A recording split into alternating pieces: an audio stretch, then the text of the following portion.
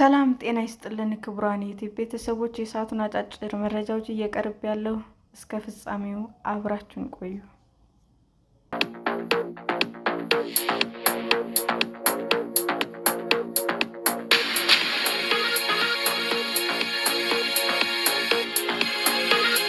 በአዲስ አበባ 1227 የግል ትምህርት ቤቶች ከፍተኛ ዋጋ ጭማሪ እንዲያደርጉ ተፈቀደላቸው።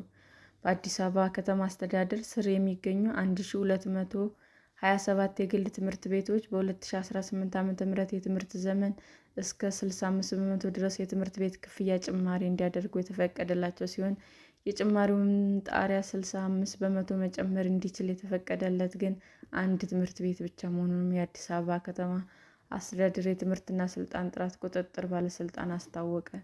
የባለስልጣኑ ዋና ስራ አስኪያጅ አቶ ኢዚዲን ሙስባሃ ለሪፖርተር እንደገለጹት የአዲስ አበባ ከተማ አስተዳደር ካቢኔ ግንቦት 27 ቀን 2017 ዓ.ም ባካሄደው 4ኛ ዓመት 11ኛ መደበኛ ስብሰባ ባጸደቀው የአዲስ አበባ ከተማ አስተዳደር የግል ትምህርት ቤት አገልግሎት ክፍያ አሰራር ስርዓት ረቂቅ ደንብ ቁጥር 194 2017 መሰረት በ2018 ዓ.ም የትምህርት ዘመን በከተማ አስተዳደር ከሚገኙ 1585 የግል ትምህርት ቤቶች ውስጥ 1227 ያህሉ እስከ 65 በመቶ ብቻ የትምህርት ቤት ክፍያ ጭማሪ ማድረግ ይችላሉ። በ2018 ዓ.ም ጭማሪ ያደርጋሉ ተብለው የሚጠበቁ 1227 ትምህርት ቤቶች አስቀድመው የክፍያ ጭማሪ መነሻ ሀሳቦችን አቀረቡ ሲባሉ የዋጋ ግሽበት ጨምሯል በሚል ያቀረቡት ጭማሪ አስደንጋጭ ነበር ብለዋል። ከትምህርት ቤቶች ውስጥ 10 በመቶ የሚሆኑት ብቻ እስከ 50 በመቶ የጭማሪ ሀሳብ ያቀረቡ ሲሆን ቀሪ 90 በመቶ ያህሉ ከ75 እስከ 263 በተጨማሪ ማቅረባቸውን አቶ ኢዚዲን ተናግረዋል። ሆኖም ትምህርት ቤቶች፣ ወላጆች፣ የከተማ አስተዳደሩ የትምህርት ቢሮ፣ የንግድ ቢሮ፣ የፕላንና ልማት ቢሮ፣ የፍትህ ቢሮ እና የኢትዮጵያ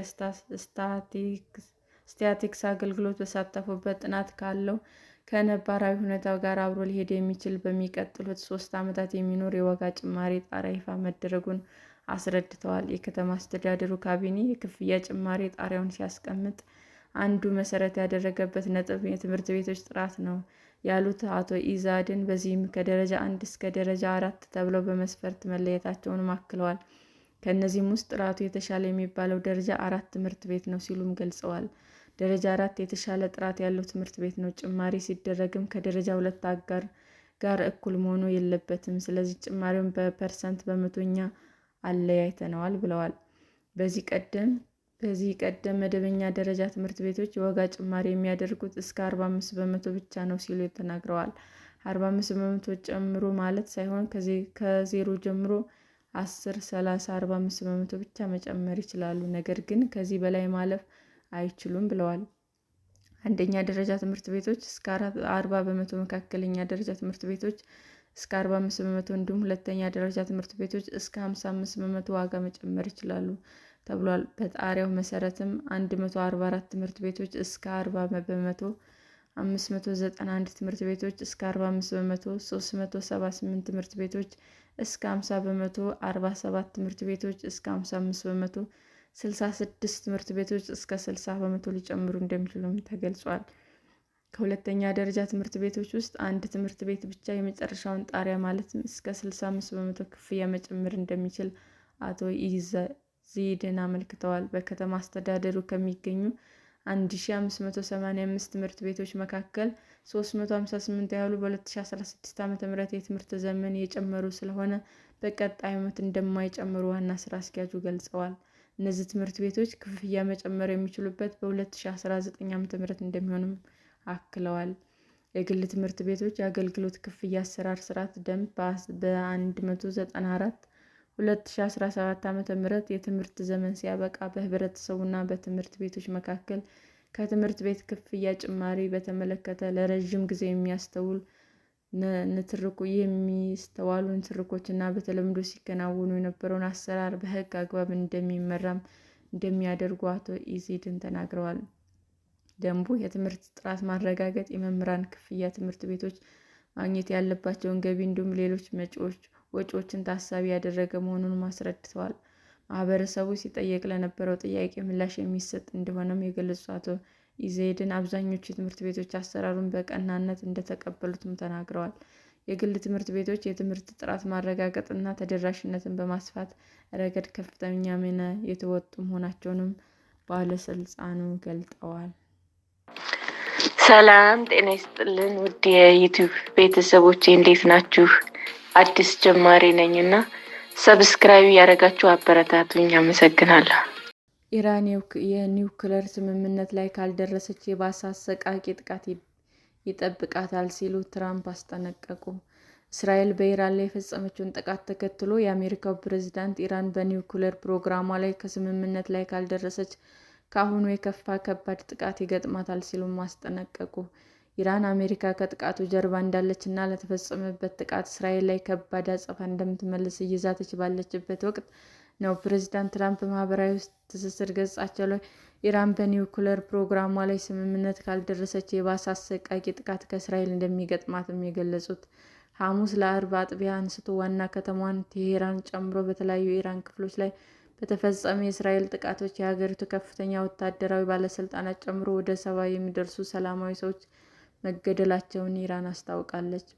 እስራኤል ግን ኢላማ ያደረገችው ዋነኛ የኒውክለር ጣቢያን ጨምሮ ወታደራዊ ተቋማትን መሆኑንም ገልጻለች። በተጨማሪም የኢራን አየር መከላከያ ስርዓቶች እና ከመሬት ወደ አየር ሚሳይል ማስወንጨፊያዎች መደምሰሳቸውንም ገልጻለች።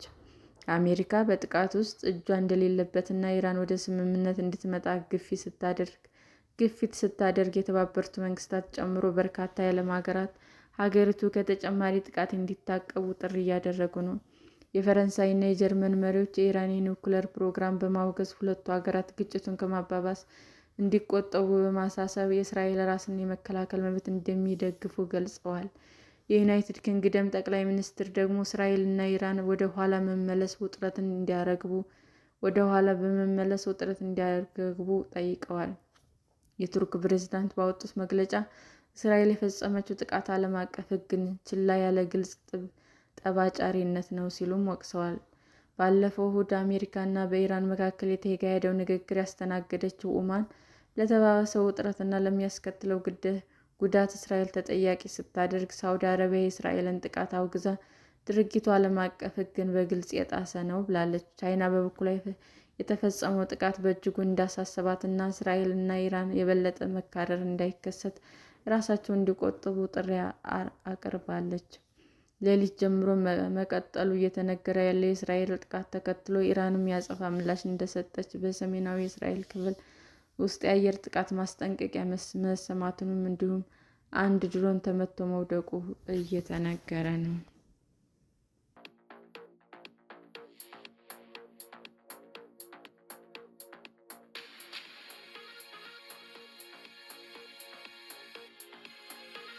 ክቡራን የዩቲዩብ አድማጮቻችን ለሰዓቱ ያቀረብኩላችሁ አጫጭር መረጃዎች ይህንን ይመስል ነበር። በሌላ መረጃ እስክንገናኝ ሼር፣ ላይክ፣ ሰብስክራይብ እንዲሁም ቢቀርብልን የምትሉት መረጃ ካለ ኮሜንት እያደረጋችሁ ቸር ቆዩን።